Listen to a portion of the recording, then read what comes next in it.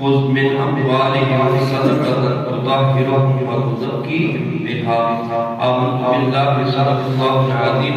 وقال الله تعالى في شان حبيبه مخبرا وآمرا إن الله وملائكته يصلون على النبي يا أيها الذين آمنوا صلوا عليه وسلموا تسليما.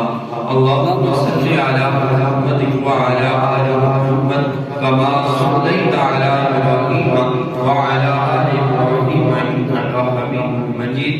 اللهم بارك على محمد وعلى آل محمد كما باركت على إبراهيم وعلى آل إبراهيم إنك حميد مجيد. رمضان المبارک کے درس قرآن و حدیث میں سے ہمارا آج کا موضوع صدقہ فطر. اللہ رب العزت نے قرآن مجید فرقان حمید کے اندر ارشاد فرمایا خذ من اموالهم صدقۃ تطہرهم وتزکیہم بها.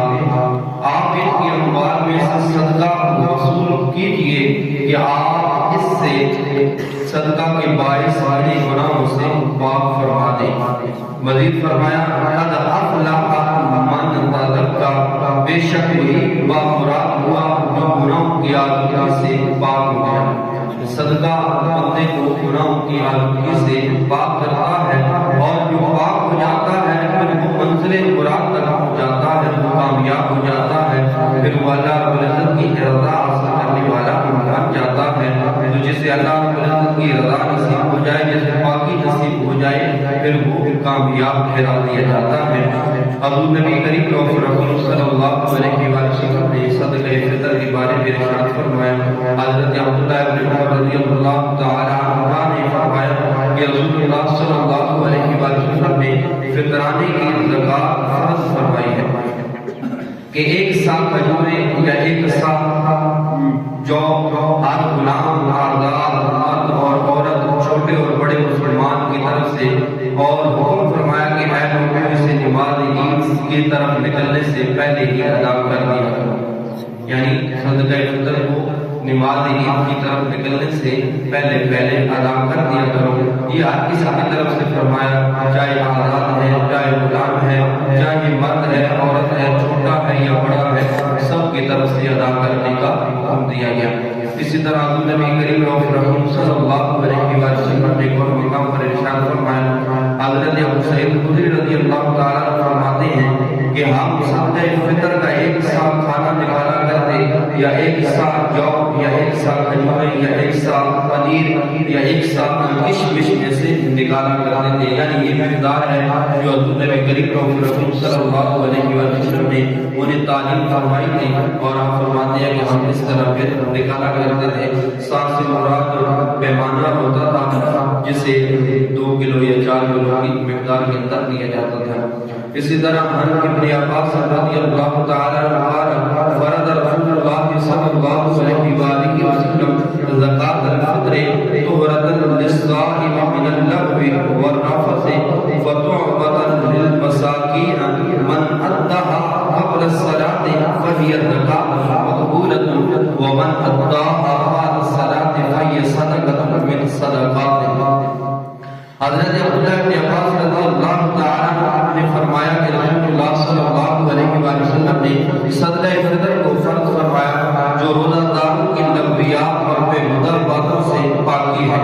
یعنی روزہ دار جو انجانے کے اندر خطا کر بیٹھتا ہے کوئی، یا اس سے کوئی گناہ سرزد ہو جاتے ہیں، کوئی بے ہدہ باتیں اس سے نکل آتی ہیں، کوئی کام ہو جاتے ہیں، تو حضور نبی کریم صلی اللہ علیہ وسلم نے فرمایا کہ یہ صدقہ فطر ادا کرنا روزہ دار کی لغویات اور بے ہدہ باتوں سے پاکی ہے، یعنی انہیں یہ پاک کر دیتا ہے.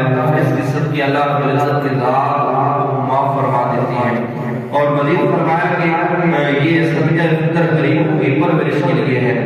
جو ادا کر رہا ہے اس کا گناہوں سے پاکی کا ذریعہ ہے، اور جسے دیا جا رہا ہے اس کی پرورش کا ذریعہ ہے. اور مزید فرمایا کہ جس نے نماز عید سے پہلے سے ادا کیا تو یہ مقبول زکات ہے. یعنی اللہ رب العزت کی ذات سے قبولیت عطا فرمانے والی ہے، اور یہ مقبول زکات ہے. اور جس نے اسے نماز عید کے بعد ادا کیا تو یہ دوسری صدقات کی طرح ایک صدقہ ہے. یعنی اس کی فضیلت اگر عید سے پہلے ادا کیا تو اور ہے، اور اگر عید کے بعد کیا تو پھر اس کی فضیلت اور ہے. یعنی پہلے ادا کر دیا تو پھر یہ زکوٰۃ کی طرح اللہ رب العزت کی ذات سے قبول فرمائے گی، اور اگر بعد میں ادا کیا تو پھر یہ عام صدقوں کی طرح صدقہ ہی شمار کیا جائے گا جس طرح بندہ صدقہ کرتا ہے. اسی طرح نبی کریم رسول صلی اللہ علیہ وسلم کے صحابی حضرت عبداللہ ابن ابی شعیب عن ابیہ رضی اللہ تعالی عنہ ان رسول اللہ صلی اللہ علیہ وسلم قال ادوا صاعا من قمح او صاعا من بر عن كل اثنين صغير او كبير حر او مملوك ذكر او انثى غني او فقير اما اغنيكم فيزكيه الله واما فقيركم فيرد عليه اكثر مما يعطي. حضور نبی کریم رسول صلی اللہ علیہ وسلم کے صحابی حضرت عبداللہ ابن ابی شعیب رضی اللہ تعالیٰ عنہ اپنے باپ سے روایت کرتے ہیں کہ رسول اللہ صلی اللہ علیہ وسلم نے فرمایا کہ گندم کا ایک سا صدقہ فطر تم میں سے ہر چھوٹے بڑے آزاد غلام مرد و عورت غنی و فقیر ہر ایک پر واجب ہے. یعنی ہر کسی پر واجب ہے. غنی کو اللہ تعالیٰ اس کے ذریعے پاک کر دیتا ہے. یعنی غنی کا جو مال ہوتا ہے اللہ رب العزت کی ذات صدقہ فطر ادا کرنے کے صدقے اور خود غنی کی لغویات کو اللہ رب العزت کی ذات صدقہ فطر کے ذریعے معاف فرما دیتی ہے. اور اگر کوئی فقیر یعنی جس میں اتنی وسعت تو نہیں، جس پر واجب تو نہیں، لیکن پھر بھی وہ ادا کرتا ہے فقیر، تو فرمایا فقیر جتنا دیتا ہے اس کی طرف سے اسے زیادہ واپس لوٹا دیا جاتا ہے. یعنی اگر یہ فقیر بھی اللہ رب العزت کی بارگاہ میں صدقہ کرے، یعنی اسے اتنی وسعت نہ ہو پھر بھی اللہ رب العزت کی بارگاہ میں صدقہ فطر ادا کرے، تو حضور نبی کریم صلی اللہ علیہ وسلم نے فرمایا کہ صدقہ فطر کے صدقے اللہ رب العزت کی ذات جتنا اس نے خرچ کیا ہوتا ہے اس سے زیادہ اسے لوٹا دیتا ہے. صدقہ فطر کیا ہے؟ فطر کے معنی روزہ کھولنے یا روزہ نہ رکھنے کے ہیں. یعنی جسے ہم افطار بھی کہتے ہیں، یا میں نے افطاری کر لی یعنی روزہ کھول دیا ہے، تو اسی سے فطر بھی ہے. شرعی اصطلاح میں یہ صدقہ کا نام صدقہ فطر ہے جو ماہ رمضان کے ختم ہونے پر روزہ کھل جانے کی خوشی اور شکریہ کے طور پر ادا کیا جاتا ہے. نیز صدقہ فطر رمضان کی کوتاہیوں اور غلطیوں کا کفارہ بھی بنتا ہے. صدقہ فطر واجب ہونے کی وجہ صدقہ فطر ایک غلطی کوتاہیوں کا کفارہ ہے، اور دوسرا غریب یتیم مسکینوں کو اپنے ساتھ عید کی خوشیوں میں شامل کرنے کا ذریعہ ہے. اپنی غلطیوں کا کفارہ اور وہ جو عید کی خوشیاں نہیں اپنا سکتے انہیں اپنے ساتھ عید کی خوشیوں میں شامل کرنے کا ذریعہ ہے. صدقہ فطر کس پر واجب؟ امام اعظم رحمۃ اللہ علیہ کی رائے کے مطابق جو مسلمان اتنا مالدار ہو کہ ضروریات سے زائد اس کے پاس اتنی قیمت کا مال و اسباب موجود ہو جتنی قیمت پر زکوٰۃ واجب ہوتی ہے، یعنی صاحب نصاب ہو، تو اس پر عید الفطر کے دن صدقہ فطر واجب ہے. وہ مال تجارت کے لیے ہو یا نہ ہو، یعنی زکوٰۃ کے بعد تو یہ شرط ہے کہ وہ تجارت کے لیے مال ہوگا. گھر کے اندر کوئی مال پڑا ہے تو اس کے اندر یہ ہے کہ اگر گھر کے اندر کوئی اضافی مال پڑا ہے چاہے وہ ویسے ہی پڑا ہو تجارت کے لیے نہ بھی ہو تب بھی اسے شمار کیا جائے گا. اور سال گزرے یا نہیں، مطلب آج امیر کو اس کے بعد اتنا مال آیا اور کل صدقہ فطر ادا کرنا ہے تو اس پر صدقہ فطر واجب ہے. یعنی اس سے پہلے مالدار ہو گیا اس پر صدقہ فطر ادا کرنا واجب ہے، اس پر سال گزرنا ضروری نہیں. یعنی وہ ساری شرائط نہیں اس کے اندر پائی جاتی ہے جو زکوٰۃ کے اندر پائی جاتی ہے. اگر مالدار ہے اسے وسعت اللہ رب العزت نے دی ہوئی ہے ضروریات زندگی سے، علاوہ اس کے پاس مال ہے اس پر صدقہ فطر واجب ہے. اور یہ پھر پورے گھر والوں کی طرف سے دینے کا حکم ہے، چاہے چھوٹا بچہ ہے چاہے بڑے بزرگ ہیں، سب کی طرف سے صدقہ فطر ادا کرنا ضروری ہے. صدقہ فطر واجب ہونے کا وقت عید الفطر کے دن صبح ہوتے ہی صدقہ فطر واجب ہو جاتا ہے. یعنی جیسے عید کا دن آیا عید کی صبح ہوئی اس ٹائم صدقہ فطر بندے پر واجب ہو جاتا ہے. اور لہذا جو شخص عید کی صبح ہونے سے پہلے ہی انتقال کر گیا اس پر صدقہ فطر واجب نہیں. یعنی ایک بندہ وفات پا گیا، چاند رات کو وفات پا گیا یا اس سے پہلے وفات پا گیا، اس کے ذمہ پہ صدقہ فطر واجب نہیں. اور جو بچہ صبح پیدا ہوگا اس سے پہلے اس کی طرف سے صدقہ فطر ادا گیا اس کے ذمے سے ساقط ہو گیا، اور جو پیدا ہو گیا چاہے عید کے دن صبح ہی پیدا ہوا اس کی طرف سے بھی صدقہ فطر ادا کیا جائے گا۔ ادائیگی کا وقت اصل وقت عید الفطر کے دن نماز عید سے پہلے ہے، البتہ رمضان کے آخر میں بھی کسی بھی وقت ادا کیا جا سکتا ہے۔ مقدار 2 کلو گندم، 4 کلو جو، 4 کلو کشمش یعنی میوہ سوکی بھی جسے ہم بولتے ہیں، اسی طرح 4 کلو کھجور، 4 کلو پنیر، ان میں سے کسی کی مقدار بھی آپ دے سکتے ہیں یا کسی کی مقدار میں آپ رقم ادا کر سکتے ہیں صدقہ فطر کے طور پر۔ صدقہ فطر کے مستحق کون ہیں؟